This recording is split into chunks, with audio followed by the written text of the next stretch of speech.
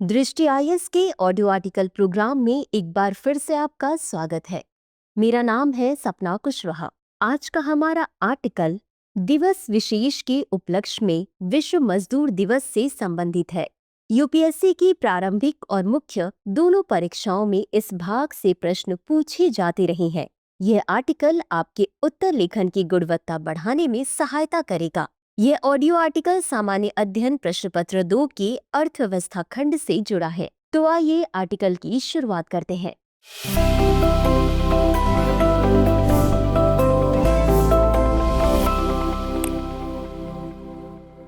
हर साल 1 मई को विश्व के कई हिस्सों में विश्व मजदूर दिवस के रूप में मनाया जाता है। विश्व मजदूर दिवस दुनिया के अलग अलग हिस्सों में अलग अलग दिन पर मनाया जाता है, लेकिन ज्यादातर देशों में 1 मई को ही यह दिवस मनाया जाता है।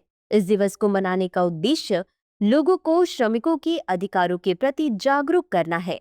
आमतौर पर शारीरिक श्रम करके आजीविका कमाने वाले लोगों को मजदूर की श्रेणी में रखा जाता है। ज्यादातर मजदूर असंगठित क्षेत्र में संलग्न हैं।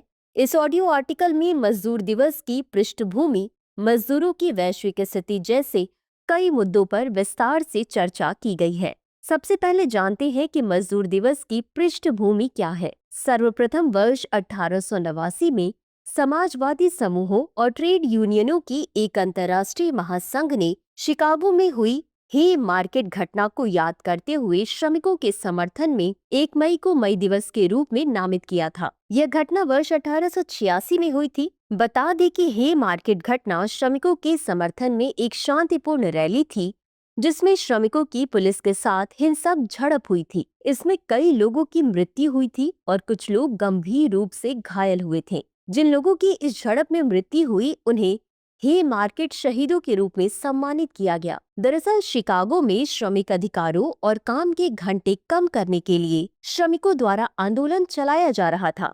कई आंदोलनकारी जो श्रमिकों के अधिकारों के उल्लंघन का विरोध कर रहे थे तथा काम के घंटे कम करने एवं अधिक मजदूरी की मांग कर रहे थे, उन्हें गिरफ्तार किया गया और आजीवन कारावास अथवा मौत की सजा दी गई।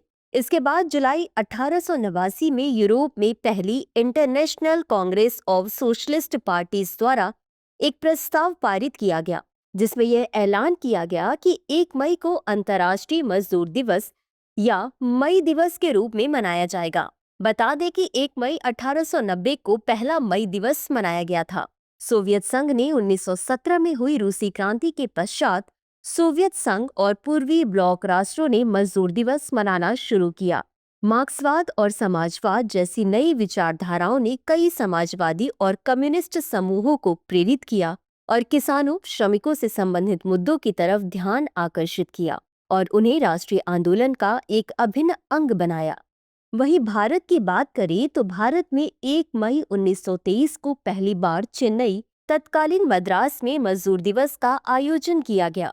यह पहल सर्वप्रथम हिंदुस्तान की लेबर किसान पार्टी के प्रमुख सिंगारावेलु द्वारा की गई थी। लेबर किसान पार्टी के प्रमुख मलयपुरम सिंगारावेलु चेट्टियार ने इस अवसर पर 2 बैठकों का आयोजन किया।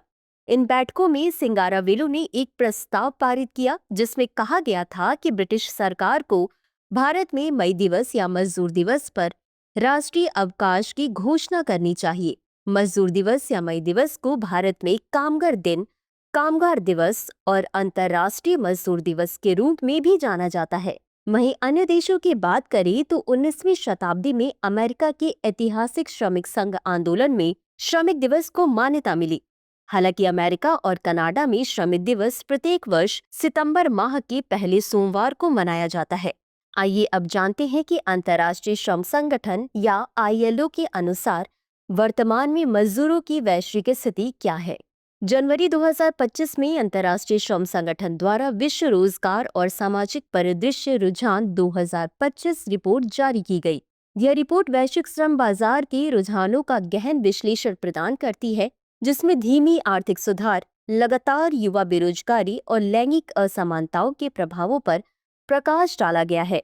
रिपोर्ट के अनुसार वर्ष 2024 में वैश्विक बेरोजगारी दर 5% के ऐतिहासिक निम्न स्तर पर थी, जिसमें युवा बेरोजगारी 12.6% के उच्च स्तर पर थी। बता दें कि रिपोर्ट के अनुसार युवा बेरोजगारी उच्च मध्यम आय वाले देशों में सबसे अधिक 16% है तथा निम्न आय वाले देशों में सबसे कम 8% है, जिसका कारण प्रायः अल्प रोजगार और अनौपचारिक कार्य है। निम्न आय वाले देशों को अच्छे रोजगार सृजित करने में चुनौतियों का सामना करना पड़ रहा है तथा अनौपचारिक रोजगार महामारी पूर्व स्तर पर लौट आया है। विकासशील देशों में अनेक श्रमिक असुरक्षित, कम वेतन वाली तथा अनौपचारिक नौकरियों में लगे हुए हैं। रिपोर्ट में 2024 के लिए आर्थिक विकास 3.2% दर्ज किया गया, जो 2023 में 3.3% और 2022 में 3.6% से थोड़ा कम है। उल्लेखनीय है कि 2024 में वैश्विक नौकरियों का अंतर 402 मिलियन था। गौरतलब है कि वैश्विक नौकरियों में अंतर का अर्थ ऐसे लोगों की संख्या से है जो काम करना चाहते हैं लेकिन इसे पाने में असमर्थ हैं। आइए अब जानते हैं कि भारतीय संविधान में मजदूर और मजदूरी के लिए क्या प्रावधान है। भारतीय संविधान श्रम अधिकारों की सुरक्षा के लिए कई सुरक्षा उपाय प्रदान करता है।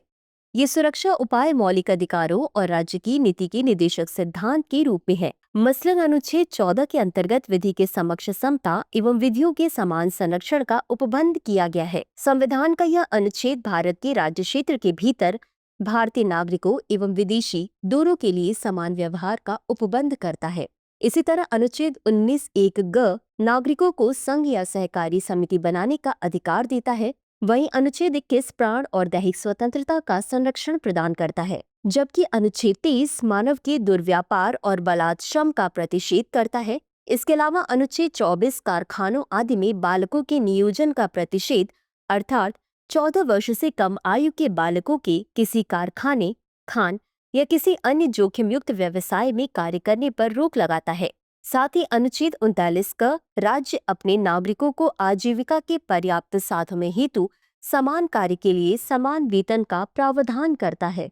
इसी तरह अनुच्छेद 43 राज्य उपयुक्त विधान या आर्थिक संगठन द्वारा या किसी अन्य रीति से कृषि, उद्योग या अन्य प्रकार के सभी कर्मकारों को काम, निर्वाह मजदूरी, शिष्ट जीवन स्तर और अवकाश का संपूर्ण उपभोग सुनिश्चित करने वाली काम की दशाएं तथा सामाजिक एवं सांस्कृतिक अवसर प्राप्त कराने का प्रयास करेगा और विशिष्टतया ग्रामों में कुटीर उद्योगों को वैयक्तिक और सहकारी आधार पर बढ़ाने का प्रयास करेगा।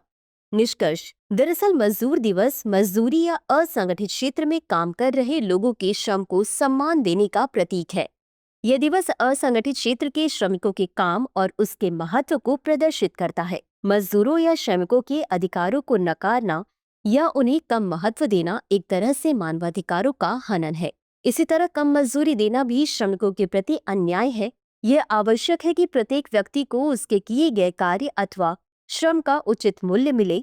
आमतौर पर यह देखा जाता है कि कई शक्तिशाली वर्गों अथवा समूहों द्वारा श्रमिकों के अधिकारों का उचित सम्मान नहीं किया जाता और उन्हें आवश्यकता से अधिक श्रम या कम मूल्य पर श्रम करने के लिए बाध्य किया जाता है। विशेष तौर पर जिन देशों या जिन स्थानों में रोजगार के अवसर कम होते हैं, वहाँ इस तरह का शोषण अधिक देखने को मिलता है। सरकार तथा अन्य गैर सरकारी संस्थाओं को मजदूरों के अधिकार के प्रति लोगों को जागरूक करना चाहिए तथा सरकार को हर क्षेत्र में काम के लिए न्यूनतम मजदूरी का सम्मानजनक मूल्य सुनिश्चित करना चाहिए, जिससे कम कीमत पर कोई किसी को काम करने के लिए बाध्य न कर सके। तो चर्चा को विराम देते हुए नोट कर लेते हैं आज का सवाल। स्वतंत्रता के बाद भारत में शुरू किए गए प्रमुख श्रम सुधारों पर चर्चा करें और श्रमिकों के अधिकारों और औद्योगिक संबंधों पर उनके प्रभाव का विश्लेषण करें। तो व्यूअर्स, आज के लिए बस इतना ही। मिलते हैं अगले एपिसोड में किसी नए टॉपिक के साथ। तब तक के लिए धन्यवाद। डियर व्यूअर्स, अपने एग्जाम की तैयारी को और बेहतर करने के लिए हमारे चैनल को लाइक, शेयर और सब्सक्राइब करना न भूलें।